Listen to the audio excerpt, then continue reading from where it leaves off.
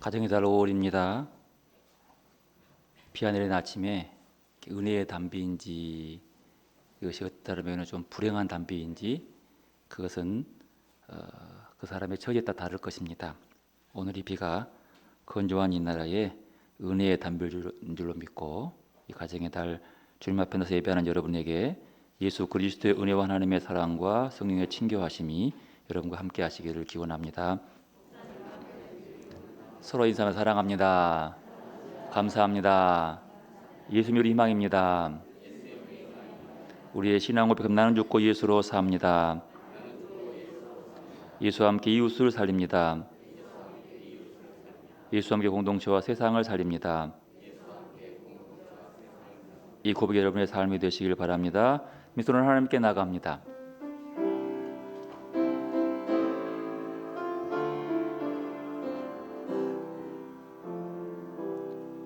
주께와 엎드려 경배드립니다.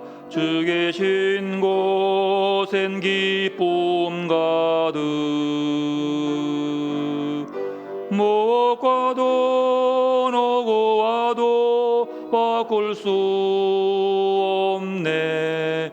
예배드림이 기쁨 됩니다. 주께와 엎드려 경배드립니다. 주 계신 곳엔 기쁨 가득 목과도 오고 와도 바꿀 수 없네. 예배드림이 기쁨 됩니다. 내가 진실로 너에게 이르노니 누구든지 하나님의 나라를 어린아이와 같이 받들지 않는 자는 결단코 그곳에 들어가지 못하리라. 하나님은 영이시니 예배하는 자가 영과 진리로 예배할지니라. 아멘.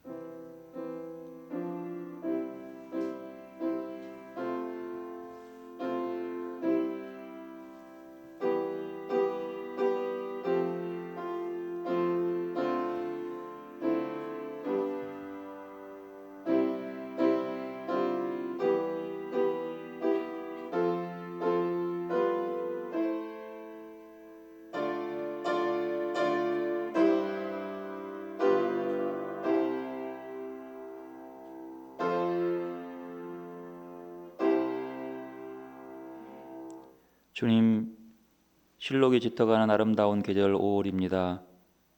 이처럼 좋은 날에 우리가 하나님을 경외하는 마음을 주시고 코로나19로 인한 두려움에 힘든 나날을 보내지만 이제 새로운 희망을 우리에게 주셔서 일어서게 하시고 거룩한 주의를 온 마음과 정성으로 지키도록 인도하시니 감사를 드립니다. 특별히 오늘은 어린이 주일로 지키며 하나님께 영광을 돌립니다.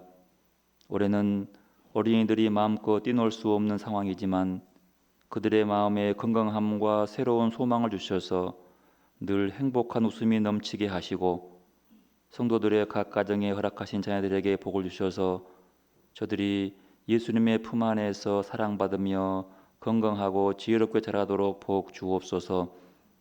예배하는 저희들의 심령이 어린아이처럼 맑고 깨끗하게 하셔서 온전히 하나님만 의지하고 바라보게 하시고 베푸시는 그 사랑 안에서 참 평안을 누리며 새 힘을 얻게 하여 주옵소서. 우리를 사랑하시고 복 주시는 주 예수님의 이름으로 기원하옵나이다. 아멘. 찬송 570장 찬양합니다.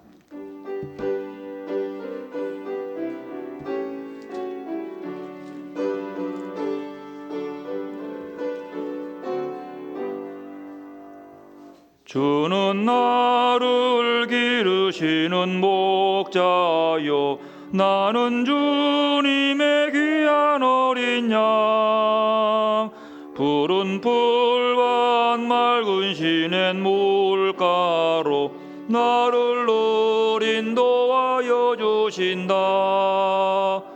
주는 나의 좋은 목자 나는 그의 어린 양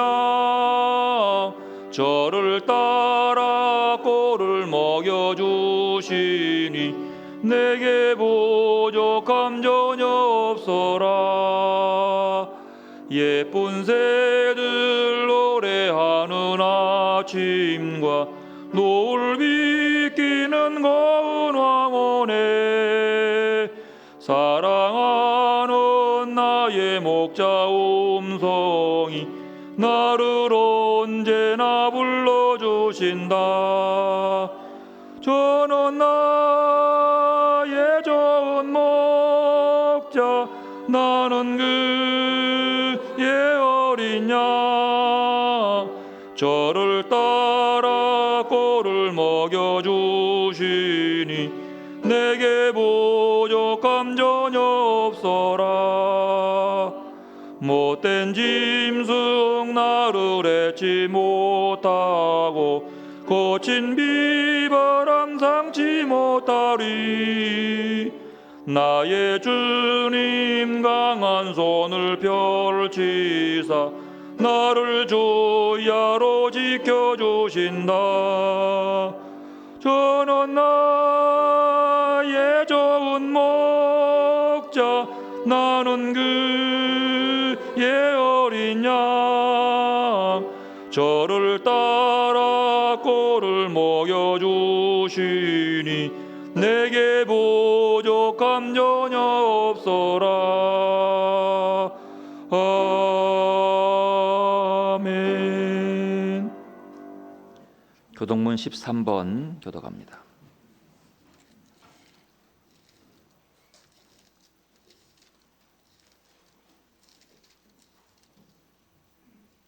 교동문 13번 시편 23편입니다.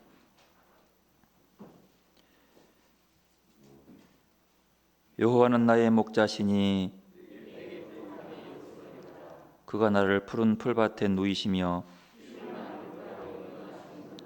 내 영혼을 소생시키고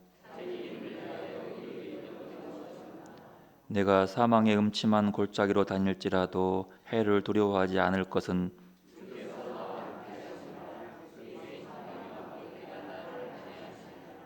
주께서 내 원수의 목전에서 내게 상을 차려주시고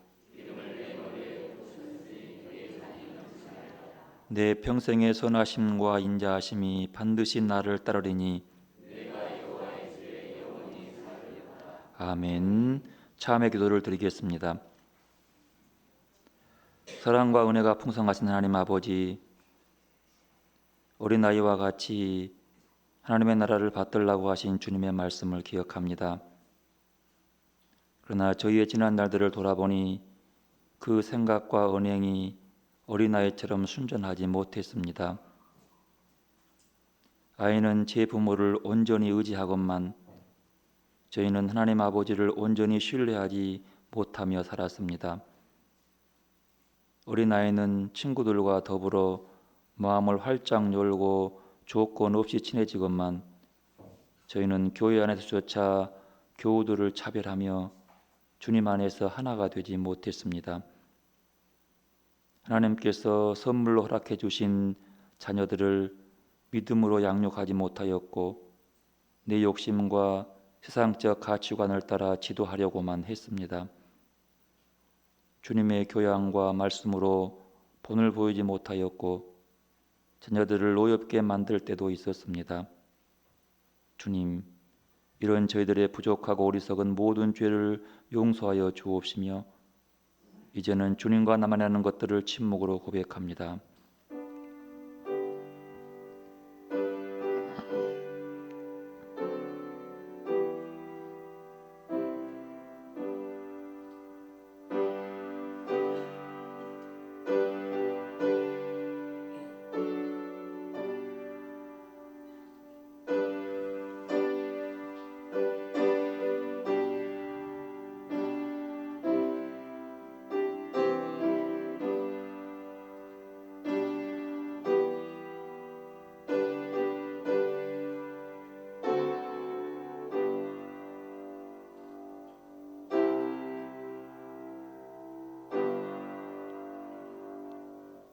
그가 빛 가운데 계신 것 같이 우리도 빛 가운데 행하면 우리가 서로 사귐이 있고 그 아들 예수의 피가 우리를 모든 죄에서 깨끗하게 하실 것이요.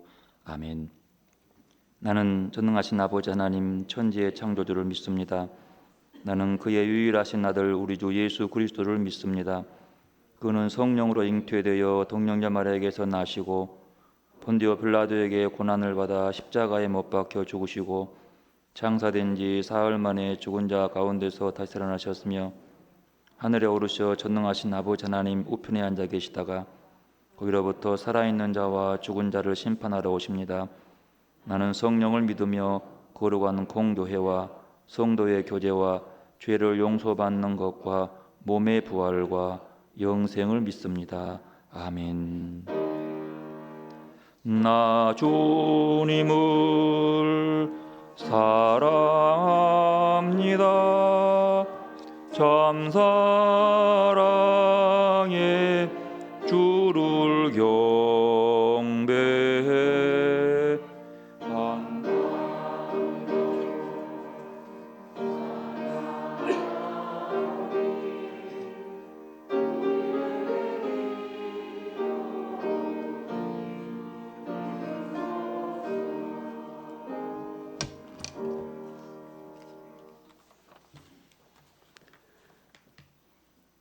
사랑의 하나님, 지난 한 주도 은혜 가운데 지켜주시고 여러 가지 혼란 가운데 건강한 모습으로 이렇게 예배의 자리에 나오게 하심에 감사와 찬양과 영광을 올려드립니다. 천지 만발하는 푸르름처럼 저희의 영혼도 더욱 성숙하게 하여 주옵소서. 오늘도 우리 가운데 역사하실 성삼위 영원하신 하나님을 찬양하며 경배하기 위해 이 자리에 나왔습니다. 고개 숙인 당신의 백성들에게 큰 은혜를 더하여 주시옵소서. 주님, 우리에게 하나님의 나라가 어린아이의 것이라 하셨습니다. 비록 허물이 있고 약하고 어리석지만 순수한 마음으로 하나님을 의지하며 나아갑니다. 그러나 우리는 너무나 지혜롭고 강하고 부족함이 없다고 착각하고 하나님을 의지하지 않을 때가 너무 많았습니다. 하나님의 채워주심보다 소유에 의지하고 하나님의 깨우침보다 세상적인 지식에 의존하고 하나님께 기도하기보다는 지인들을 찾아 도움을 구하였습니다. 사랑의 하나님, 저희들에게 어린아이와 같은 순수한 마음을 주시고 하나님만 전적으로 의지하는 신앙을 갖게 하여 주옵소서. 지금 코로나 바이러스로 인해 전 세계가 고통 중에 있습니다.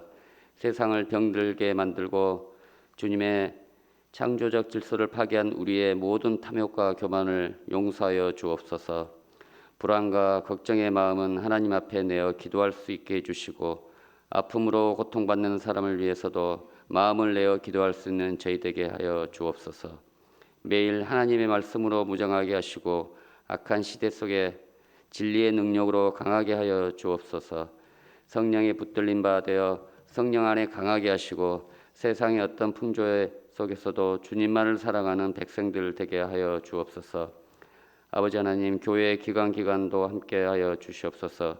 직분을 충성스럽게 감당하고 주님의 은혜와 축복이 있게 하여 주시며 앞으로도 더 큰 일꾼으로 순종하며 몸된 교회의 기관들을 든든히 세우게 하여 주시옵소서.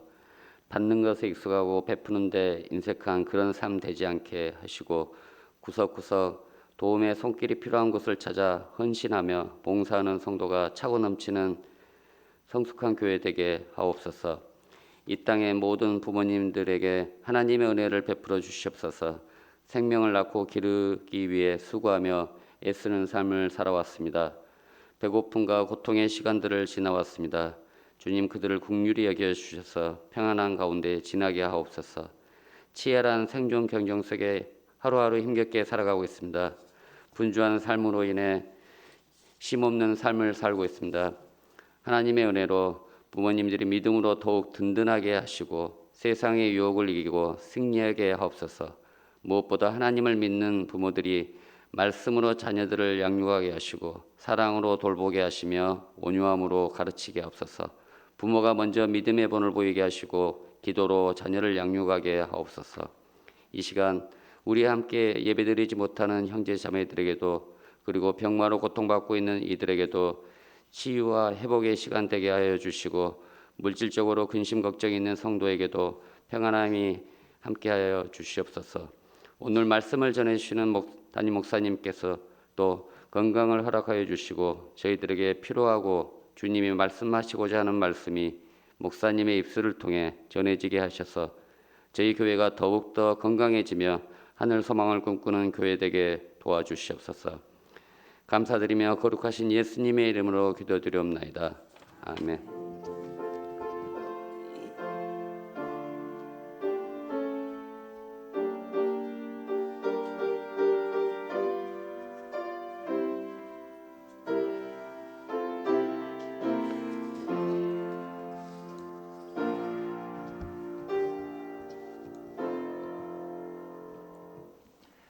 하나님의 말씀 사도행전 2장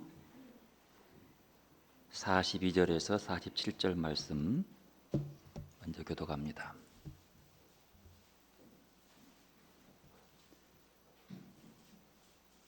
사도행전 2장 42절에서 47절입니다.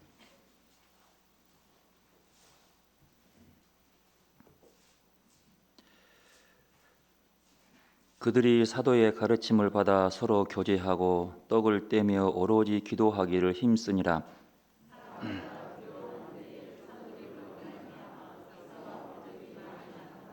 믿는 사람이 다 함께 있어 모든 물건을 서로 통용하고 날마다 마음을 같이하여 성전에 모이기를 힘쓰고 집에서 떡을 떼며 기쁨과 순전한 마음으로 음식을 먹고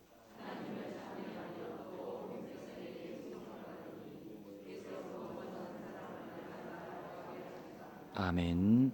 요한복음 10장 1절에서 10절 말씀까지 교독합니다.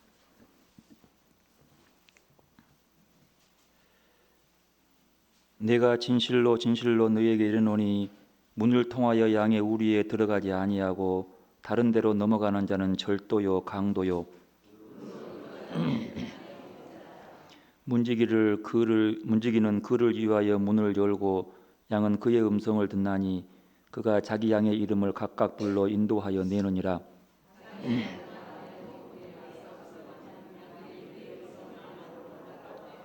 타인의 음성은 알지 못하는 고로 타인을 따르지 아니하고 도리어 도망하느니라.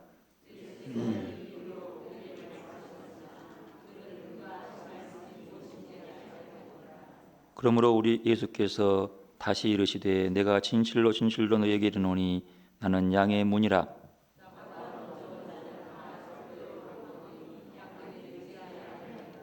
내가 문이니 누구든지 나로 말미암아 들어가면 구원을 받고 또는 들어가며 나오며 꼴을 얻으리라.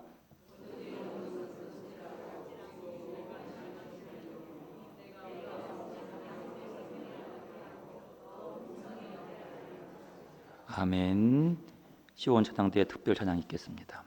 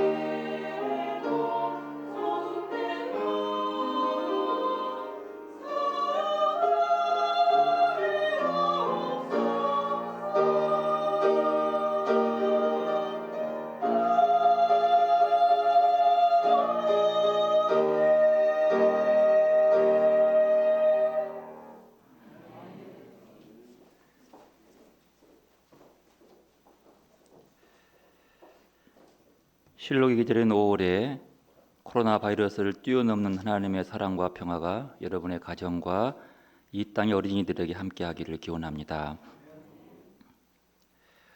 오늘 어린이 주일입니다. 어린이를 생각하면 우리 어른들이 어린이들에게 어떤 세상을 물려줘야 되느냐라고 하는 괜한 사명감과 어떤 마음의 부담감도 함께 있습니다. 어린이들의 꿈과 희망이 무엇일까를 생각해 봤습니다. 아니, 무엇이 되어야 하는 것일까요?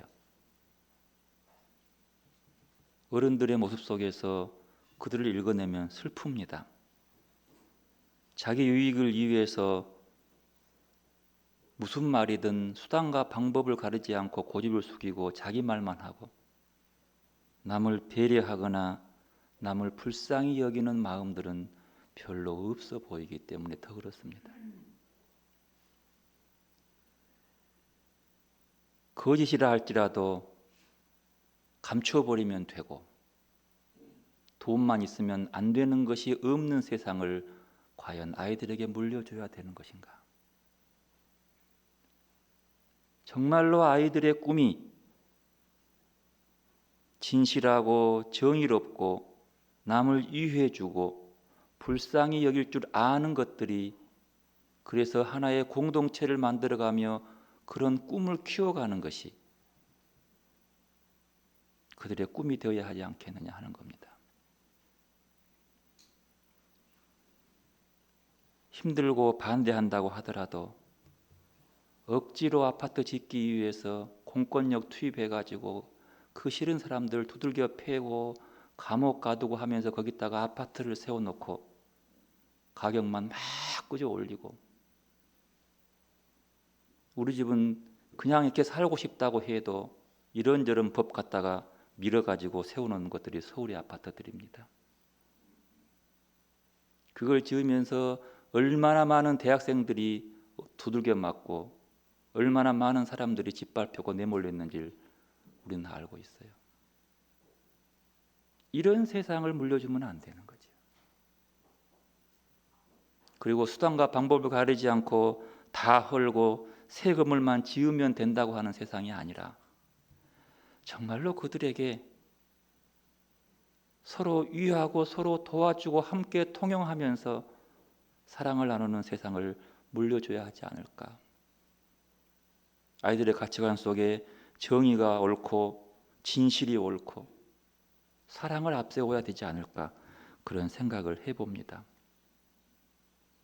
극도로 갈등하는 지금 시대에 어린이날 주일을 맞이해서 참 착잡하다, 화합하는 모습이 아니라 이렇게 극한 갈등의 모습이 코로나를 통해서도 일어나고 있으니 참 슬프다는 생각을 해봅니다.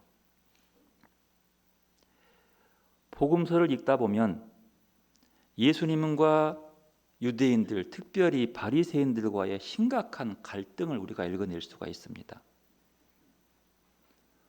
똑같이 하나님의 말씀을 가지고 서로 다른 얘기를 하다 보니까 이것이 감정적으로 격화되어 가지고 그저 불쌍한 예수를 잡으려고 하는 공권력을 행사하는 일까지 벌어지고 맙니다. 안식일에 병 고치는 일을 가지고 그 사람의 아픔을 돌아보는 것이 아니라 이것이 하나님의 말씀인 율법을 어겼니 또 뭐 괜찮니라는 것으로 서로 싸우고, 기적을 일으켜서 많은 사람들을 도와주고 힘들고 외로운 사람과 함께 밥 먹는다고 하는데 죄인과 밥 먹는다고 똑같이 하나님의 말씀으로 들이대고, 기준은 하나님이에요. 예수님도 하나님의 사랑을 내어주기 위해서 그들을, 죄인들을, 병든 자를, 가난한 자들을 함께 해주고 붙들어주고 그들과 먹고 노는데, 똑같은 하나님의 말씀인 율법을 가지고 저게 죄인이라고 어떻게 저럴 수 있냐고 따지는 그 갈등이 복음서의 대부분이 읽혀요. 그리고 결국은 그 갈등의 끝말은 일방적으로 예수가 십자가에 죽어버리는 거예요. 죽임을, 내몰림을 당하는 거죠. 왜 이렇게 예수님과 그분의 말씀을 듣는 청중들의 이해가 서로 충돌하고 있는 것일까요? 왜 그렇게 하나님의 말씀을 연구해서 그 말씀을 가르치려고 하는 율법학자들과 그 하나님의 말씀을 실행해서 하나님과 가까이 나아가게 하는 제사장들과 충돌하고 갈등하는 것일까요? 그 이유는 그렇게 어렵지 않게 찾을 수 있습니다. 예수님은 말씀을 통해서 영적인 깨달음의 일침을 깨달음의 이치를 말씀하고 있는데, 그 말을 듣는 사람은 육적인 이득의 가르침을 추구하고 있기 때문입니다.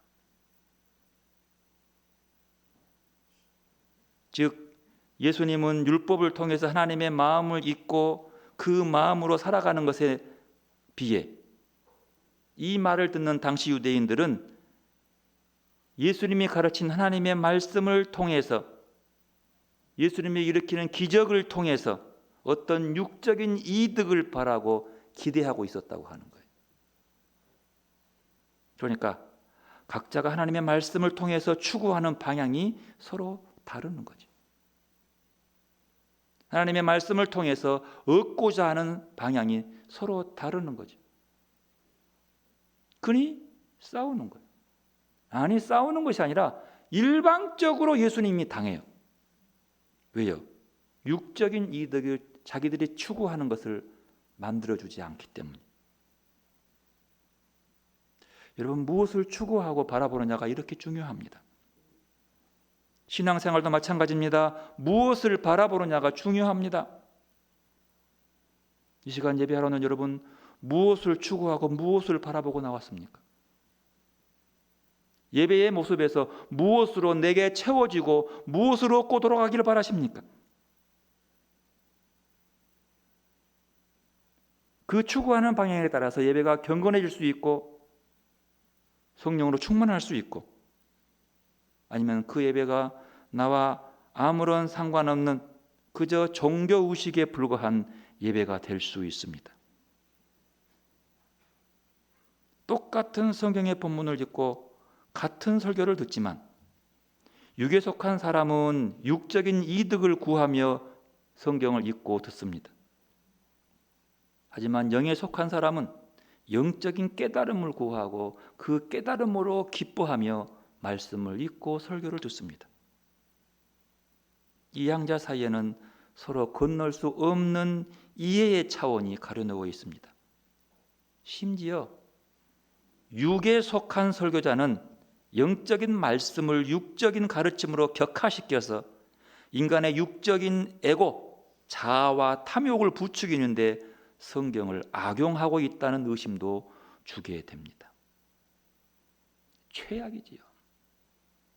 설교산에서 육신의 것들을 바라누고 뭘 더 채워주고 맨날 60배, 100배를 이 땅 사가지고 60배 튀는 것이 축복이라고만 얘기하는 이런 사기꾼 같은 사람들.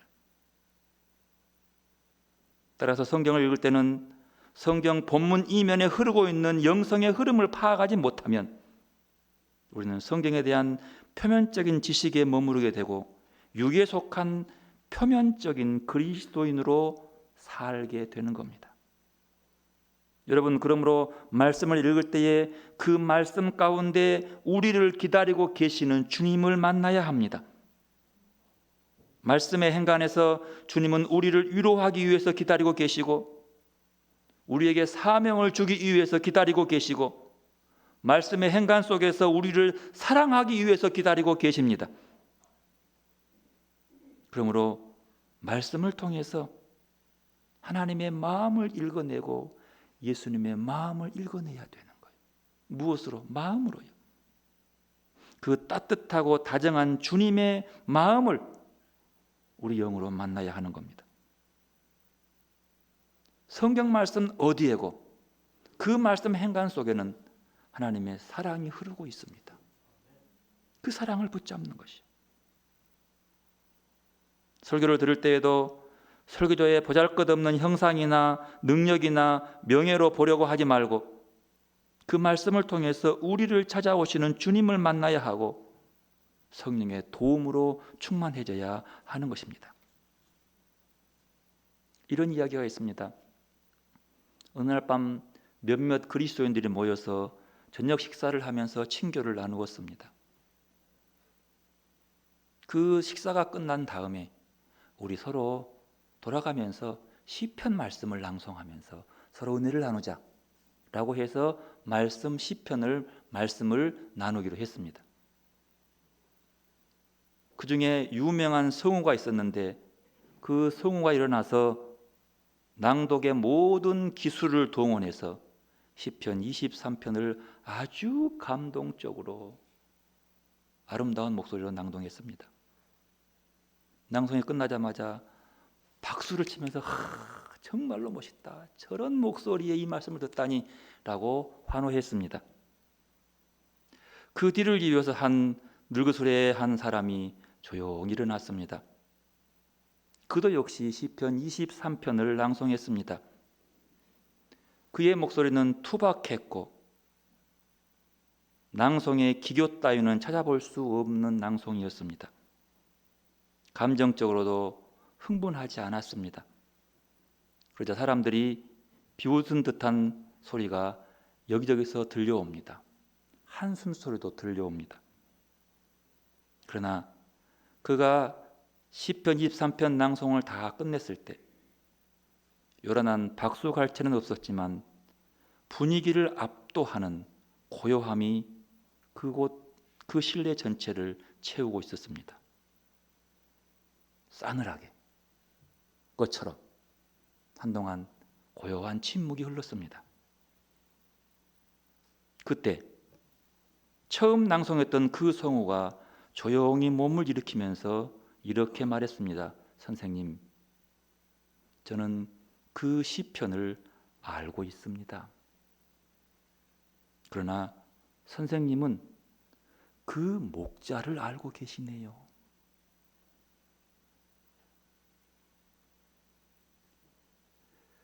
성경의 지식이 말씀을 아는 것이 중요한 것이 아니라 하나님을 경험하는 것이 중요한 거예요.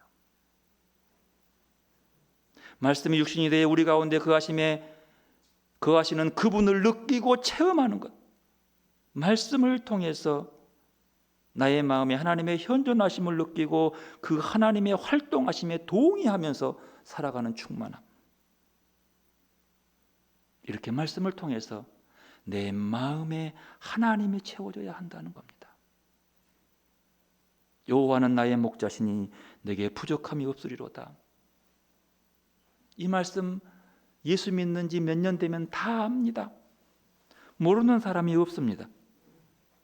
하지만 아는 것으로 그쳐서는 아니 됩니다. 정말로 여호와가 나의 목자라함을 느끼고 실생활에서 체험해야 하는 겁니다. 그러기 위해서 우리 마음에 하나님으로 채워져야 합니다.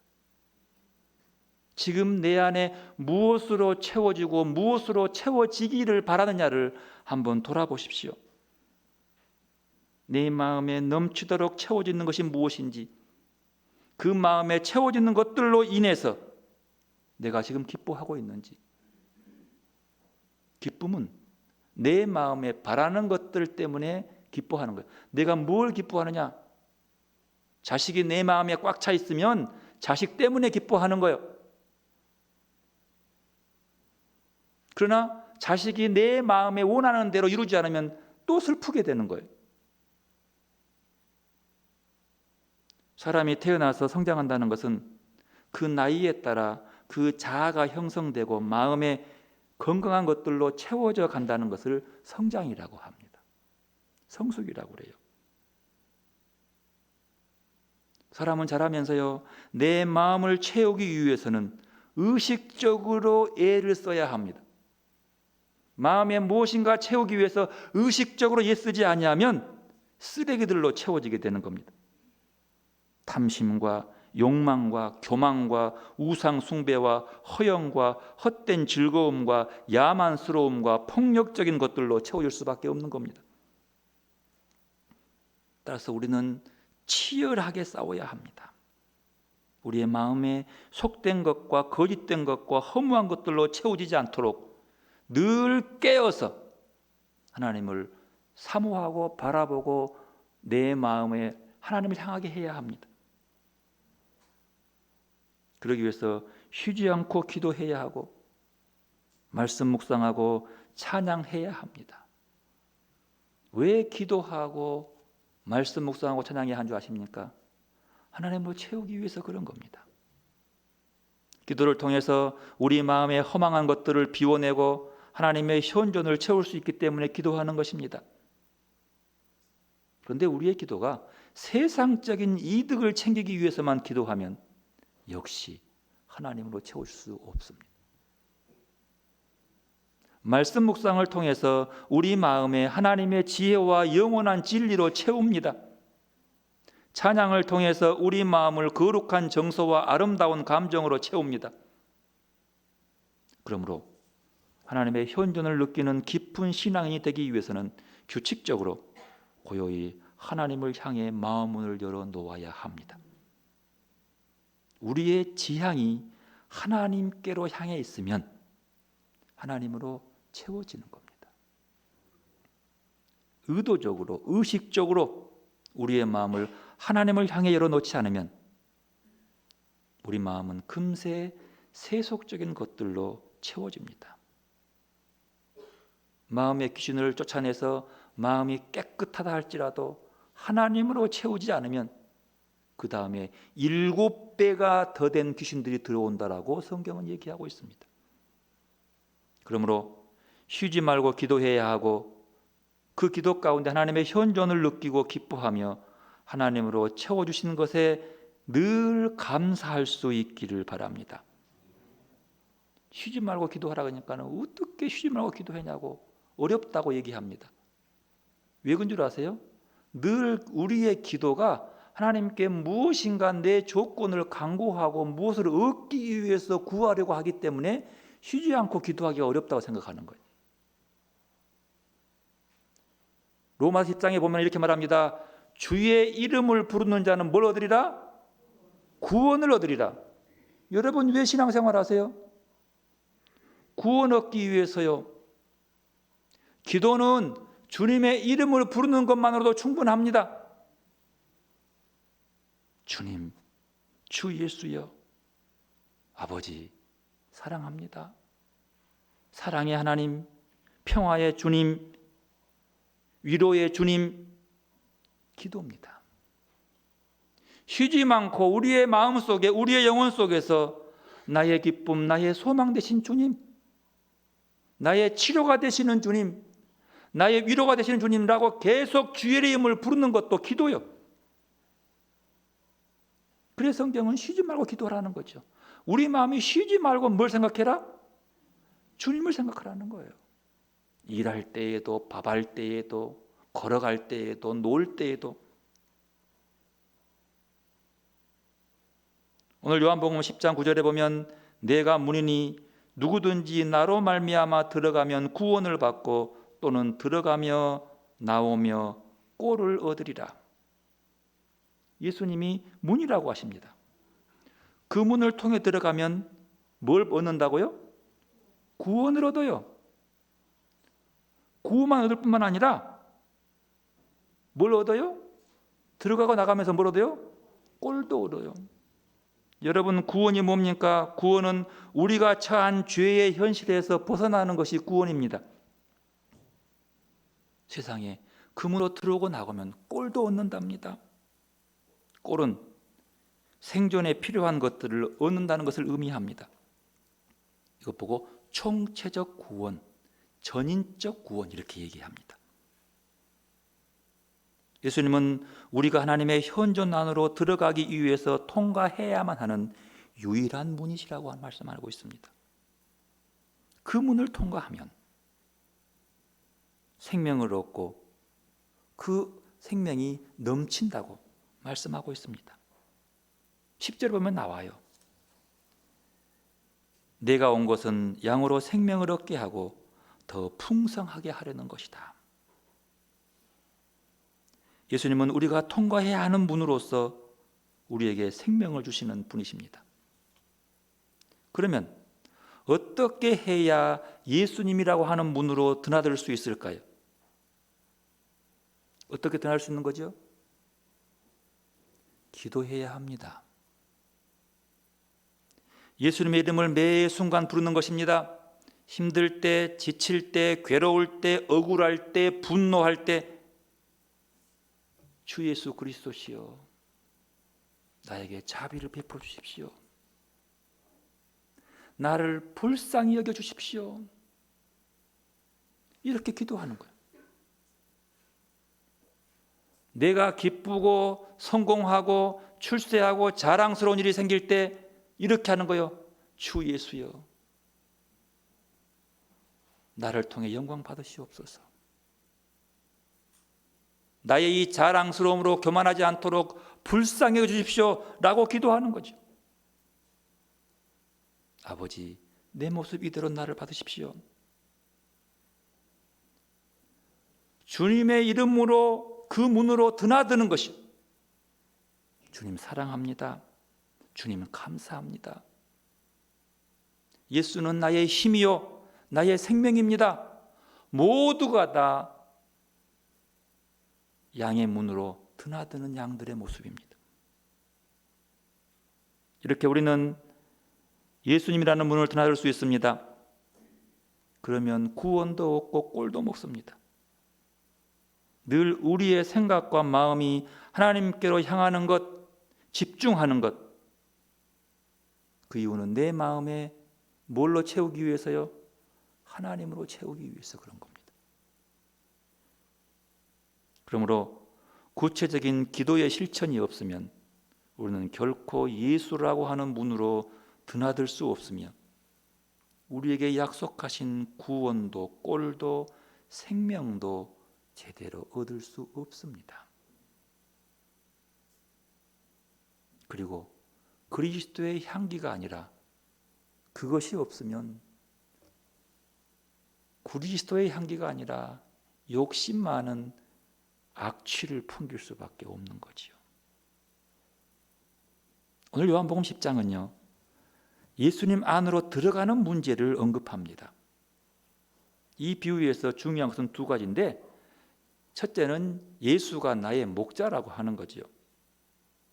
그리고 두 번째로는 우리의 문이신 양의 문이신 예수님을 통해서만이 하나님의 현존 안으로 들어갈 수 있다는 것을 가르치고 있습니다. 양의 문을 통해서 하나님의 현존 안으로 들어가는 것을 얘기하고 있는 거죠. 먼저 예수님은 나의 목자입니다. 본문에 보면 도둑놈과 강도는 문으로 들어가지 않고 어때요? 다른 데로 넘어 들어온답니다. 그러나 목자는 문으로 들어가고 문지기는 목자에게 문을 열어주고 양들은 그 목소리를 알아듣습니다. 그리고 그 목자는 자기 양들 이름 하나하나를 불러서 밖으로 데리고 나갑니다. 목자는 앞장서 가고 양들은 그를 따릅니다. 가보니 그것이 푸른 풀밭이고 쉴 만한 물가였습니다.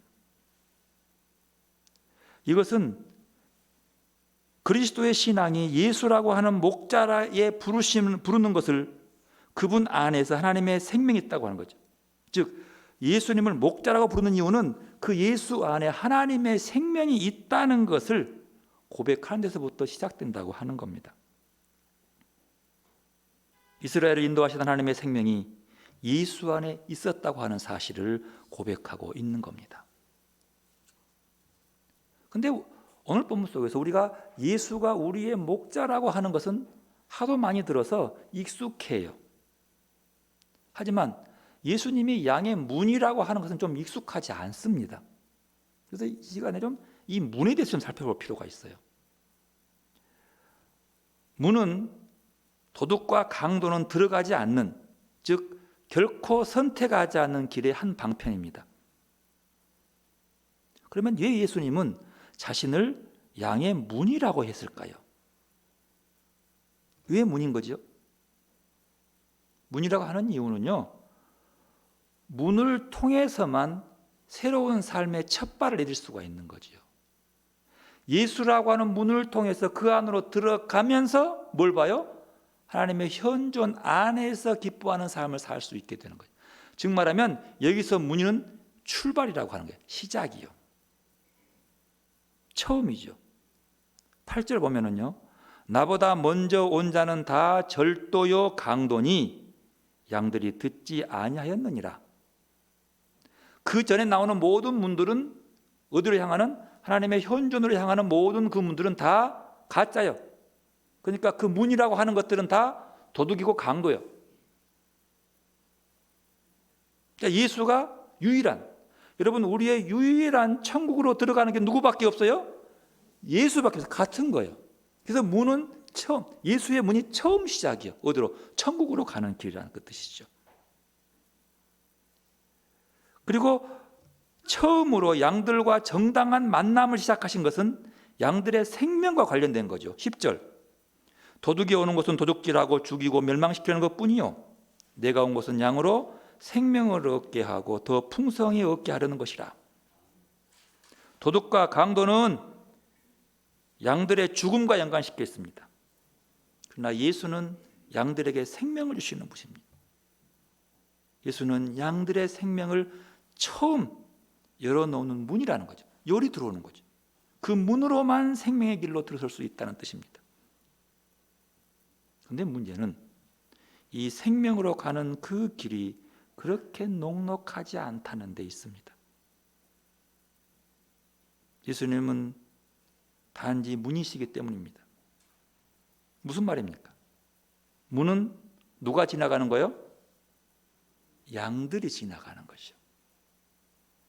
문 안이나 양 우리 안에 그대로 눌러 앉아 있는 문이라는 하면 그 문은 별 가치가 없는 거예요. 그냥 가만히 있으면 문은 필요 없는 거죠. 문은 왜 필요해요? 나가고 들어오는 것이 때만 가능한 거죠. 그러니까 전혀 안에만 눌러 앉아 있으면 문이 필요 없어요. 문은 움직이지 않습니다. 그 자리에 있어요. 그러나 그 문을 통해서 들어오고 나가고 하는 것은 누구요? 양들이 하는 거죠. 결국 문은 움직일 수 있는 가능성을 제공하는 하나의 조건입니다. 안에 있는 사람이 나갈 수 있는 곳, 이 하나의 전제 조건이에요. 문은 모든 것을 다 챙겨주는 완성품으로는 존재하지 않습니다. 문은 양이 스스로 알아서 나가야 되고 스스로 목자를 따라 나서야 되는 그 여정의 통로이지 그 여정을 좌지우지하는 절대적 권력이 아닙니다. 문이 열렸다고 저절로 양이 움직이는 것이 아니라고 하는 겁니다. 그래서 오늘 본문도 그 문을 통해서 하나하나의 이름을 불러서 나가자고 하는 거예요. 그 부름에 듣고 문을 통해서 나가지 않으면 푸른 풀밭과 쉴만한 물가로 갈 수 없다는 겁니다. 양은 목자의 목소리를 듣고 움직입니다. 왜요? 목자의 목소리를 알아듣기 때문입니다. 3절 말씀 함께 있습니다. 문지기는 그를 이유하여 문을 열고 양은 그의 음성을 듣나니 그가 자기 양의 이름을 각각 불러 인도하여 내느니라. 아멘. 여기서 알아듣는다고 하는 그리스 말의 아코오는요, 어떤 대상에게 신뢰를 두는 행위입니다. 그 신뢰를 통해서 그에게 응답하는 행위, 믿기 때문에 그 말씀 듣고 문 넘어 나가는 것. 양의 움직임이 경청과 신뢰의 행위라면 꽤나 까다로운 집중의 시간을 유지해야만 하는 겁니다. 쉽게 이해할 것이 아니라는 거죠. 6절 함께 읽어보겠습니다. 예수께서 이 비유로 그들에게 말씀하셨으나 그들은 그가 하신 말씀이 무엇인지 알지 못하니라. 한 번에 끝나는 게 아니라는 거죠. 그래서요, 오랜 시간 듣고 그 목자의 음성을 듣는 수련이 필요한 겁니다. 훈련이 필요한 거예요. 수련, 그러면 목자의 음성을 듣고 따르기 위한 훈련 말입니다. 세미한 주의 음성을 들을 수 있어야 합니다. 듣는 것만으로 끝나는 것이 아닙니다. 듣고 따라가야 합니다. 이름을 부르면 예, 응답해야 하고요. 나가자 하면 그 말 알아듣고 따라 나가야 돼요. 그러면 어떻게 해야 주의 음성을 들을 수 있을까요? 침묵해야 합니다. 여기서 침묵은요, 세상 일에 대한 침묵이에요. 마음속에 떠도는 세상 근심, 걱정, 미움, 질투, 비난, 이것에 대한 침묵, 우월감, 자기 자랑, 교만함, 성공, 이런 것에 대한 침묵, 마음속에 일어나는 수많은 수다들, 뭐 1분에도 막 만리장성을 쌓는 그 수다, 이걸 잠잠히 침묵시켜야 되는 거예요.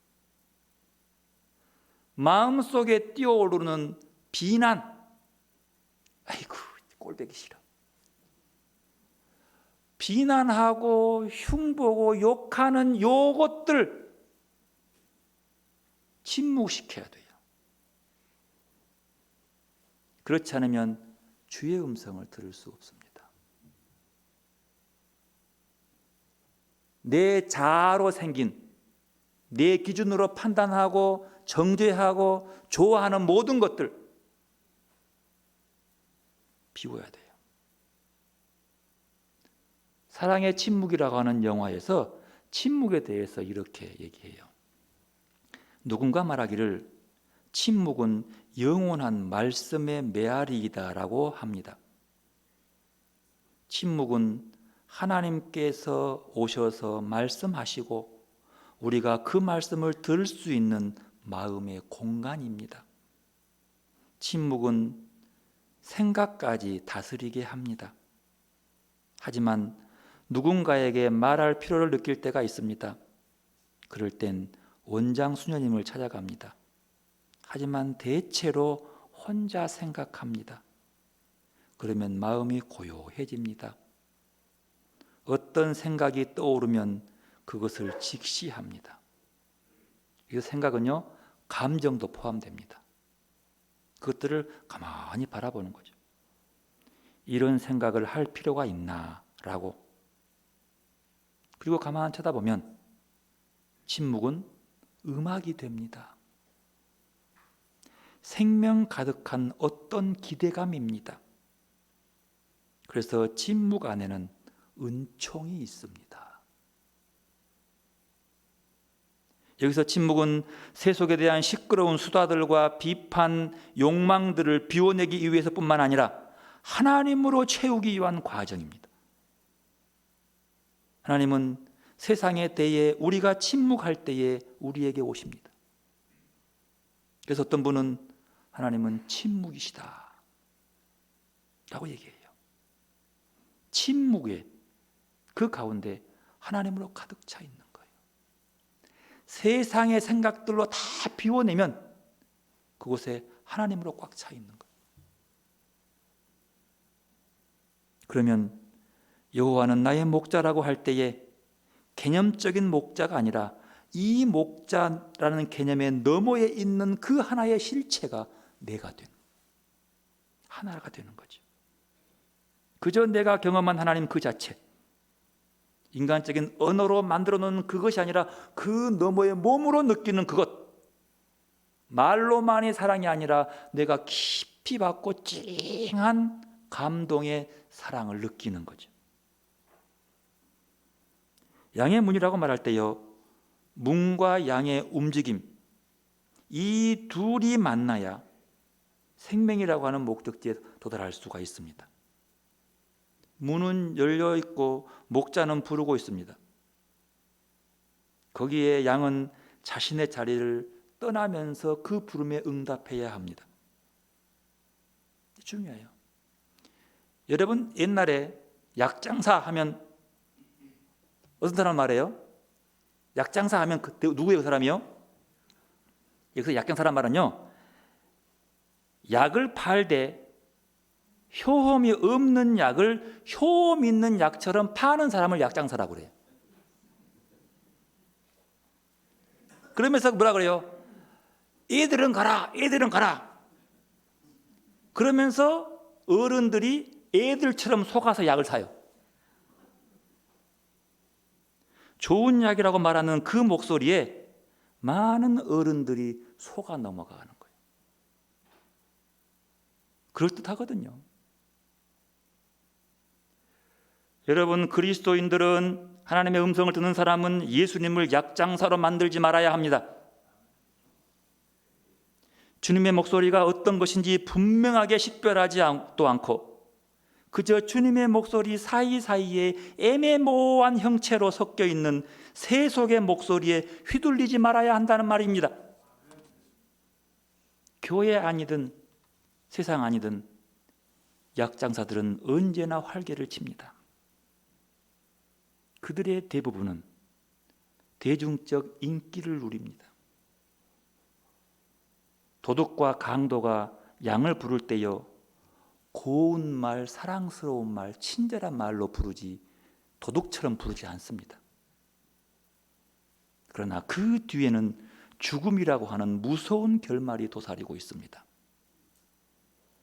허나 예수님께서 양을 부르실 때는요, 가슴 시린 말로 부를 수 있습니다. 왜요? 십자가로 부르시기 때문입니다. 네 십자가를 지고 나를 따르라. 이 말에 이런저런 것들을 섞어서 희석시키는 약장사가 되지 말아야 되는 거예요. 순수하게 듣고 따라가는 거죠. 십자가로 가까이 나를 이끄시고 라는 고백의 찬송이 있습니다. 이렇게 십자가로 가까이 나를 이끄시고 라고 하면서 정말로 그 길로 이끌면 회피하려고 하고 그 길로 가지 않으려고 하는 것이 우리가 아닙니까? 목자이신 예수님이 우리를 십자가로 가까이 이끄시는 목적이 무엇입니까? 거기에 하늘의 생명이 있기 때문에 그렇습니다. 우리를 십자가로 가까이 붙드는 이유는 거기에 하나님의 평화와 사랑이 있기 때문에 그렇습니다. 영원한 생명을 얻고 풍성히 얻게 하기 위해서 부릅니다. 내가 온 것은 양으로 생명을 얻게 하고 더 풍성히 얻게 하려는 것이라. 사도행전 2장은 교회에서 경험할 수 있는 풍성한 삶을 묘사합니다. 여기서 말하는 것은 눈에 보이는 세상적인 풍성함이 아니라 내 영혼, 내 마음이 풍성해지는 삶을 뜻합니다. 시편 기자는 말하죠. 내 잔이 넘치나이다. 여기서 내 잔은요, 내 마음의 잔이요. 제가 언젠가 말씀했죠. 이 마음은 세상 무엇으로도 채울 수가 없어. 그러나 딱 하나, 뭘로 채울 수 있어요? 하나님만으로는 채울 수밖에 없어요. 원래 하나님께서 우리의 마음을 만들 때에 하나님으로 채우기 위해서 만들어 놓은 거예요. 근데 우리가 하나님으로 안 채우고 쓸데없는 것들을 채우다 보니까 채워도 끝이 없는 것이 내 마음이에요. 그런데 내 잔이, 내 마음이 넘치는 것은요, 뭐 그냥 죽을 때까지 쓰고도 남을 만한 걸 채워넣어도 마음 안 채워져요. 잔이 안 넘쳐요. 이 마음의 잔이 넘치게 채워지는 것 하나님밖에 없는 거죠. 사도행전 2장에 나오는 초대교회의 모습이 바로 그들의 마음에 하나님으로 채워진 신앙인의 모습이 그려지고 있습니다. 마음을 비우고 하나님으로 채운 교회의 공동체의 삶이 그려지고 있습니다. 그들은 사도들의 가르침에 즐겨 듣습니다. 서로 도와주고 빵을 나누어 먹고 기도하는 일에 전념합니다. 사랑의 기적이 많이 일어납니다. 믿는 사람들이 공동체를 이루어 모든 것을 공동 소유로 내어놓습니다. 재산과 소유를 팔아서 모든 사람에게 필요한 만큼 나누어 줍니다. 그리고 한 마음이 되어 날마다 성전에 모이기를 힘씁니다. 집집마다 돌아가며 서로 빵을 나누면서 순수한 마음으로 기쁘게 음식을 먹습니다. 그러면서 하나님을 찬미합니다. 참으로 부러운 교회의 모습입니다. 사도행전 2장 42절 말씀 함께 읽습니다. 42절, 그들이 서로의 사도의 가르침을 받아 서로 교제하고 떡을 떼며 오로지 기도하기를 힘쓰니라. 여기 그리스도 안에 있는 자들의 삶이 얼마나 놀라운 삶인지를 보여주고 있지 않습니까? 사도들의 가르침을 듣는 것에 전념하는 삶, 서로 도와주는 것에 전념하는 삶, 함께 빵을 떼는 일에 전념하는 삶, 기도하는 일에 전념하는 삶, 양의 문이신 예수님 안으로 들어가 예수님 안에 머무는 것이 바로 이런 것입니다. 그랬더니 그들의 삶의 결과는 이렇게 나타납니다. 47절 함께 있습니다. 하나님을 찬미하며 또 온 백성에게 칭송을 받으니 주께서 구원받는 사람을 날마다 더하게 하시니라. 아멘. 바다보다 깊고 넓은 하나님의 사랑이 내면에 가득한 사람들의 모습입니다. 하나님의 은혜가 충만한 사람들의 모습입니다. 이들은 자기 십자가를 지고 하나님을 생각하며 인내함으로써 예수님의 길을 따라가는 사람들입니다. 고난받는데도 선을 생각하며 참고 영혼의 생명력을 유지합니다. 어떻게 이런 일이 가능합니까? 억울한 일을 당하는데도 마음을 다스리며 평온해집니다. 어찌 이런 일이 가능합니까? 바로 그 내면에, 그 마음에 사랑으로 현존하시는 하나님으로 가득하기 때문에 그렇습니다. 그리고 그 현존하신 하나님의 말씀에, 활동에 동의하며 따라가기 때문에 그렇습니다. 내 주를 가까이 하게 함은 십자가 짐 같은 고생이나 내 일생 소원은 늘 찬송하면서 주께로 나아가기 원합니다라고 찬송하지 않습니까? 하나님으로 마음에 채워진 자만이 할 수 있는 찬송입니다. 아니, 그 하나님으로 채워지기 위해서 추구하는 사람만이 하는 찬송입니다. 예수님은 사랑입니다. 십자가의 사랑입니다. 하나님의 사랑입니다. 하나님의 사랑으로 십자가에 나타난 예수님의 사랑에 사로잡힐 때 우리의 빈 마음도 사랑으로 채울 수 있습니다. 이 사랑이 우리의 존재와 삶이라고 하는 우리의 마음도 풍성히 채워질 겁니다. 우리도 시편 기자의 말처럼 내 잔이 넘치나이다, 내 마음이 넘치나이다 라고 고백하는 삶을 살아낼 수 있는 축복의 성도들이 되시기를 바랍니다. 기도로 나가십시다. 겸손히 우리에게 사랑으로 오시는 주님을 바라보고 내 안에 현존하시는 주님을 느끼는 시간 되시기를 바랍니다.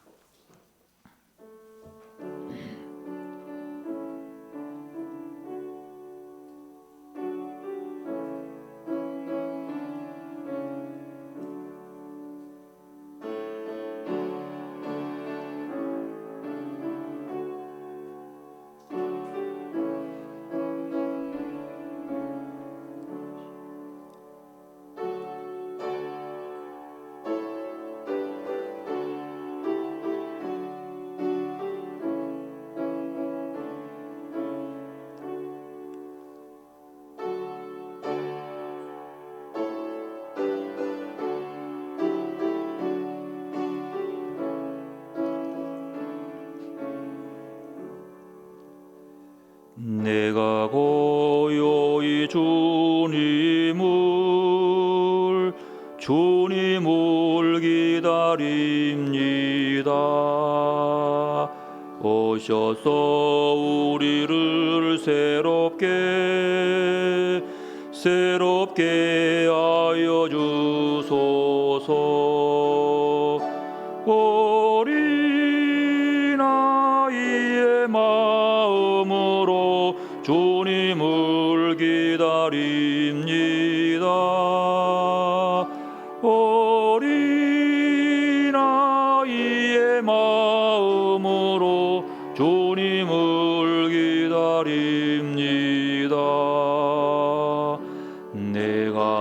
슬프고 고날 때 주님을 기다립니다.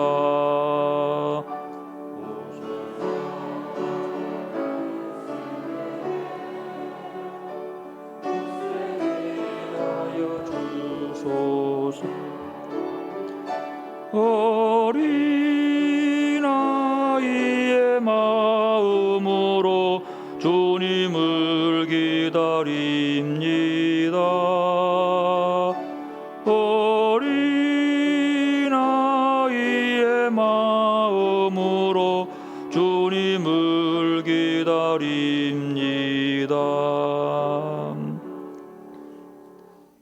주님, 저희의 귀가 주님의 목소리에 열려 있게 하소서. 제가 듣기 좋은 소리가 아니라 주님이 제게 해주고 싶어 하시는 소리를 듣게 하여 주옵소서. 성령님, 저희가 주님의 목소리를 알아듣고 따를 수 있도록 인도하여 주옵소서. 저희의 목자이신 주님만을 알아뵙고 희망하며 그 목소리를 따라가는 우리의 삶의 복이 넘치게 하여 주옵소서. 거룩한 이날 예배드리면서 우리에게 넘치도록 은혜로 채워주심에 감사를 드립니다. 늘 우리의 마음이 주님만으로 만족하는 삶으로 주님께 나와 우리의 빈 마음을 하나님으로 채우면서 예물을 바칩니다. 바치는 이 예물을 거룩하게 하시고 바치는 그 손길과 그 마음도 거룩하게 하셔서 흠양하여 주옵소서. 우리의 마음이 우리의 삶이 늘 하나님으로 채워져서 하나님께 제물로 드려지는 삶으로 영광 돌리게 하여 주옵소서. 예수님의 이름으로 기도드리옵나이다. 아멘. 주송하겠습니다.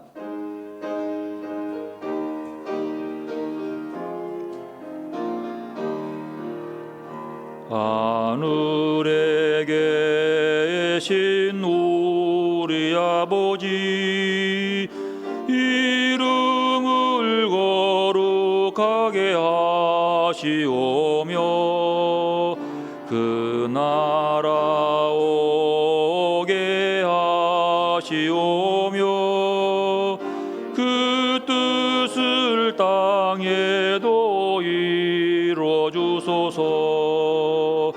오늘날 우리 모두에게 일용할 양식을 주시옵고 우리가 이웃을 용서하듯이 우리의 죄도 용서하소서.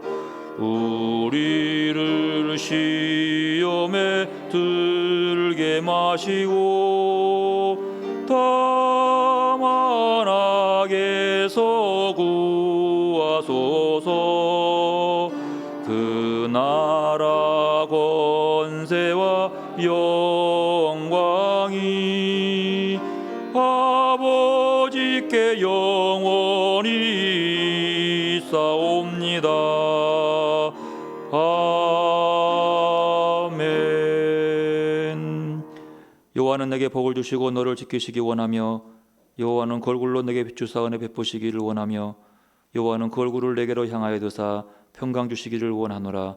우리 주님 예수 그리스도의 은혜와 하나님의 사랑하심과 성령의 교통하심이 선한 목자 되신 예수님의 음성을 구별하여 듣고 주님을 따르며 양의 문이 되시는 생명의 예수님을 통하여 하나님의 현존 안으로 들어가 그 안에서 하나님의 자녀로 다시 태어나 사도들의 가르침을 받아 서로 교제하고 빵을 나누며 기도하는 일에 전념하기 원하는 주님의 귀한 백성들과 사랑이 필요하는 이 땅의 어린이들과 선한 목자가 필요하는 온 세상 위에 늘 함께 하시기를 축원하옵나이다. 아멘.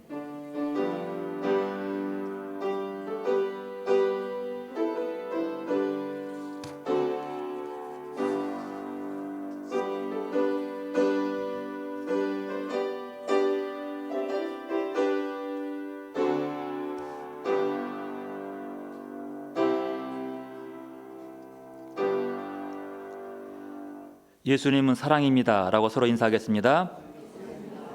사랑으로 충만한 여러분 되시기를 바라겠습니다. 오늘 5월 첫 주일 어린이 주일인데 어린이들이 함께 모일 수가 없어서 할 수 없이 어린이날 행사는 좀 미뤘습니다.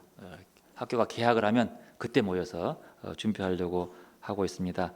여러분 5월달 기간 동안 뭐 1년 내내 해야 되지만 특별히 우리 아이들을 돌아보면서 또 부모님을 돌아보면서 가정을 소중히 여기는 그런 달들 되시기를 바라겠습니다.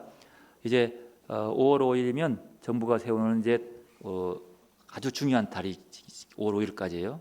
근데 이제 연휴 지나면 또 이 부분이 있기 때문에 아직까지는 좀 더 얼마 동안 더 이렇게 좀 생활 방역을 통해서 이 부분을 좀 지켜봐야 될 것 같습니다. 백신만 나오면 이제 문제가 없는데 아직은 나오기가 시간이 있을 것 같으니까 주의하면서 예배드리고 이제 학교가 개학을 하면 아마도 그때쯤 되면 아마 교회도 차량 운행이 되고 점심 식사하고 그때는 정상화될 것 같습니다. 그때까지는 조금씩 이렇게 예배드리지만 1, 2부 함께 예배드리니까 함께 모이셔서 예배하고 우리 교회는 새벽기도도 하고 수요일 밤도 합니다. 숫자가 많이 중요한 것이 아니라 예배는 드리는데 여러분 시간 되시면 오시고 차량 운행하지 못하니까 잡아오시면 대단히 감사하겠습니다. 지난 주일에 우리 박동호 장로님 장례식이 있었습니다. 참석해서 기도하신 분들에게 감사의 말씀들 유리해 주시기 바랍니다. 또 우리 양선혜 권사님 시모님 우리 유천양 가님 어머님께서 돌아가셔서 내일 발인하신다고 합니다. 저희 교회는 오늘 오후 2시 반에 출발해서 조문 가려고 하니까 함께 할 분들은 교회 오시면 함께 갈 수 있도록 하겠습니다. 여러분 유리해 주시기를 바라겠습니다. 지난주 성구함송 베드로전서 1장 23절 말씀 함께 합니다. 너희가 거듭난 것은 썩어질 씨로 된 것이 아니요 썩지 아니할 씨로 된 것이니 살아있고 항상 있는 하나님의 말씀으로 된 것이라. 아멘. 이번 주는 요한복음 10장 19절 말씀입니다. 내가 문이니 누구든지 나로 말미암아 들어가면 구원을 받고 또 들어가며 나오며 꼴을 얻으리라. 아멘. 배송 드리겠습니다.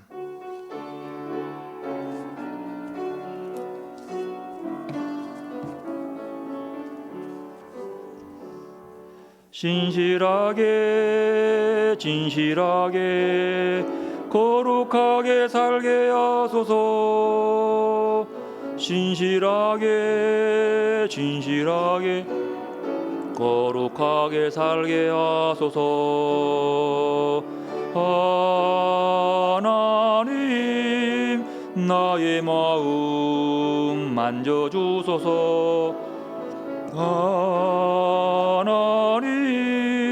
나의 영혼 새롭게 하소서.